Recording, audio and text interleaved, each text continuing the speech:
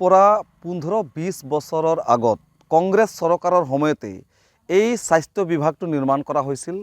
আৰু স্বাস্থ্য বিভাগটো কেৱল নিৰ্মাণহে কৰিলে কিন্তু ইয়াত স্বাস্থ্য বিভাগৰ কোনো ধৰণৰ উচ্চ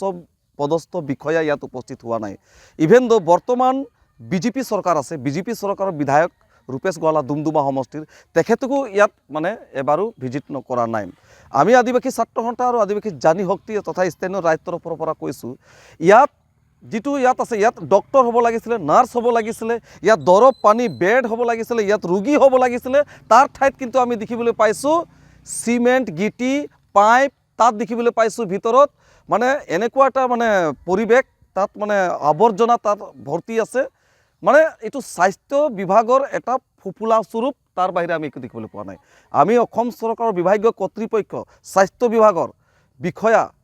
তথা অসম চৰকাৰ ডক্টৰ হিমন্ত বিশ্ব শৰ্মা অসম চৰকাৰৰ মুখ্যমন্ত্ৰীক আমি ক'ব খুজিছোঁ আপুনি ইয়াত আহি আৰু চাওক আপোনাৰ স্বাস্থ্য বিভাগটো কেনেকুৱা চলি আছে। ইয়াৰ যিবিলাক গৰ্ভৱতী মহিলাই হওক বা ৰোগীসকল এই স্বাস্থ্য কেন্দ্ৰত তেখেতলোকে সেৱা পাব লাগিছিল কিন্তু সেইটো নাপাই পেলাই ইয়াৰ পৰা একো ধৰণৰ কোনো উপকৃত হোৱা নাই। সেইটো কাৰণে আমি ক'ব খুজিছোঁ আদিবাসী ছাত্ৰ সন্থাৰ জানি শক্তিৰ তৰফৰ পৰা অতি শীঘ্ৰে 2026 বৰ্ষৰ আগে আগে এই স্বাস্থ্য কেন্দ্ৰটো মুকলাব লাগিব, অন্যথা বিজেপি চৰকাৰক ইয়াত এইখন গাঁৱত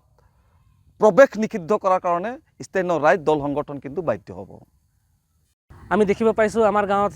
এক দুৰ্ভাগ্যজনক বিষয় যেহেতু আমি চৰকাৰৰ এক স্বাস্থ্য বিভাগৰ কৰ্তৃপক্ষই আমাৰ হয়তো বহু বছৰৰ আগতে এখনি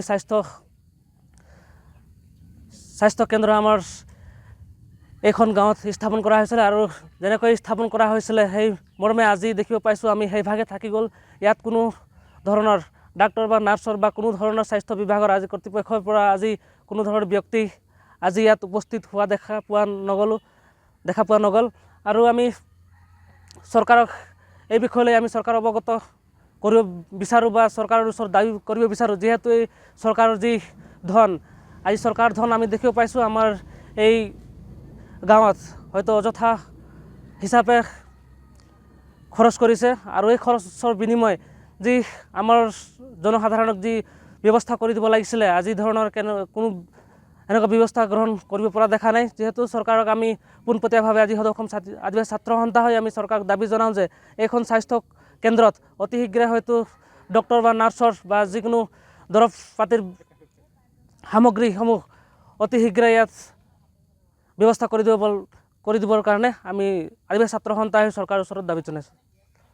যিকোনো খবৰৰ বাবে যোগাযোগ কৰক 7099017330 লগতে 7099017110 নম্বৰত।